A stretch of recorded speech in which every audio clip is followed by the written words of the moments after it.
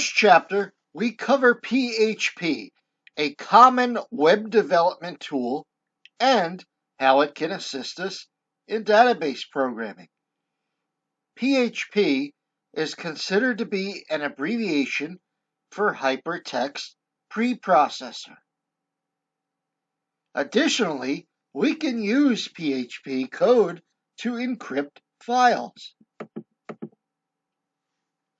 Here are the concepts we will focus on within this chapter.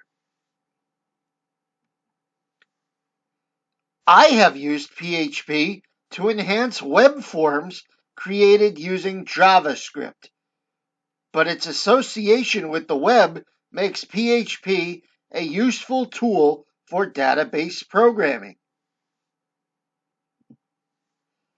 You can write your own PHP code if you have the patience to learn how to do so.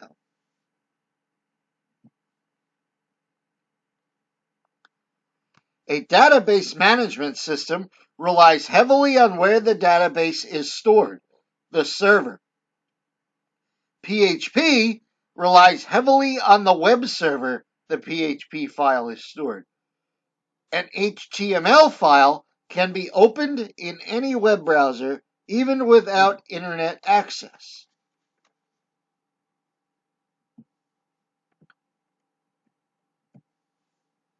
This code produces a small form for you to enter your name.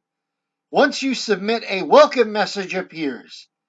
In web development, the great thing about PHP is the source code is not visible like HTML is. Here is a visual representation of what our code just created in A and C. B is what you do to cause C.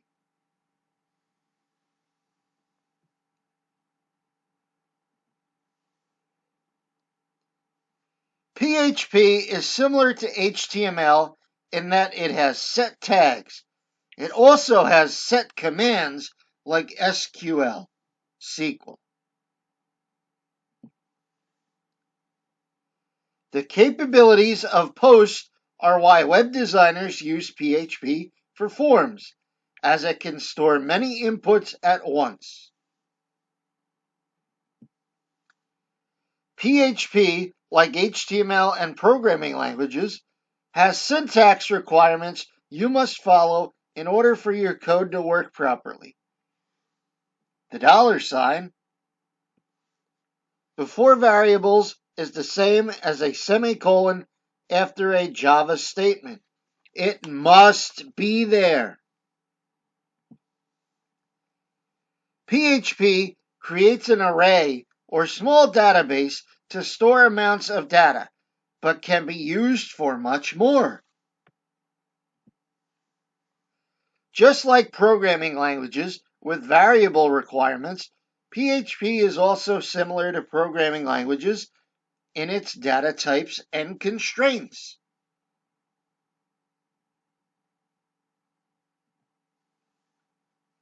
String concatenate means to add strings together. Single quoted strings are generally already provided by you in your code.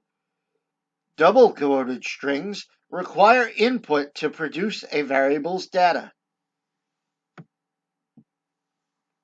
Just like Java or Python, you have set numerical data types like int and float, conditional statements, loops, and true or false options, known as Boolean expressions.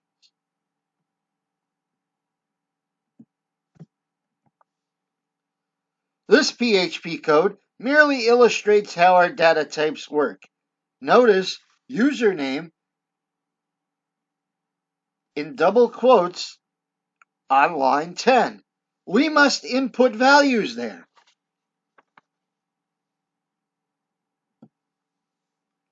PHP has similar operators to Java, which translate into JavaScript for web development.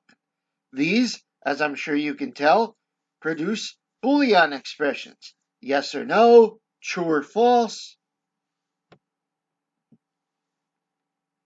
Just like with programming languages, We can produce an array in PHP.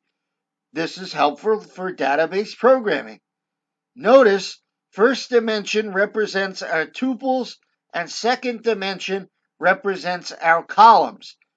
Without both, our table or query has limited results.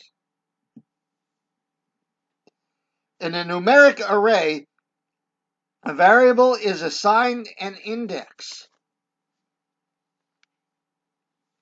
For example, you may have last name, first name, and department.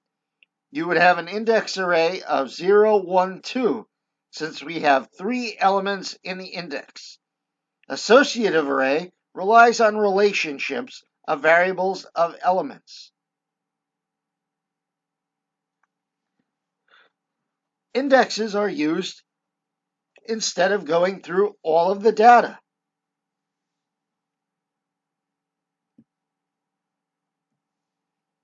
Here is PHP code representing array data.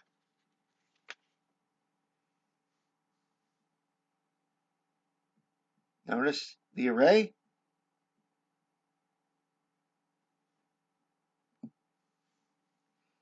Say you didn't set your array and want to find out what or how many elements are in it. You can use the count function for this. Once you have determined the elements or variables within your array, you can sort them using the sort function. Just like Java or Python, you can use a function in PHP and reference it whenever needed. Notice recursion.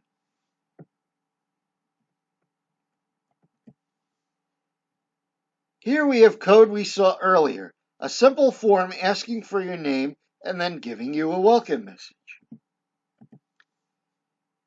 This PHP code retrieves info from our array to illustrate who is teaching what course. Just like Java or Python have classes, you can import. PHP has built-in entries. Our most important for this course being $server, which you guessed it, helps us connect to our database server. As previously noted, $server helps us connect to the database. $post, as you previously saw, stores our value for us in an array. We can quote-unquote import classes, like in programming languages, from our paired DB library. Just like connecting with an interactive interface, we need to provide db.php with a username and password to connect to our database server, which for us is elvis.rowan.edu.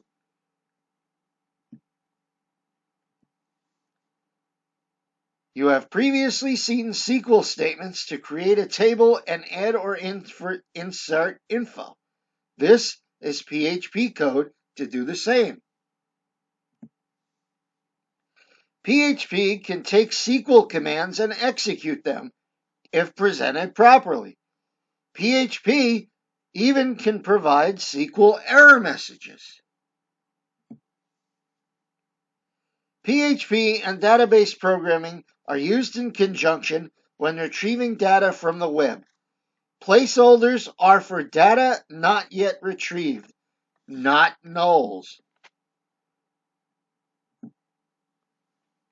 Just like SQL statements, PHP allows you to query some data or a lot of data based on your needs. Here, we're querying data. Notice the 0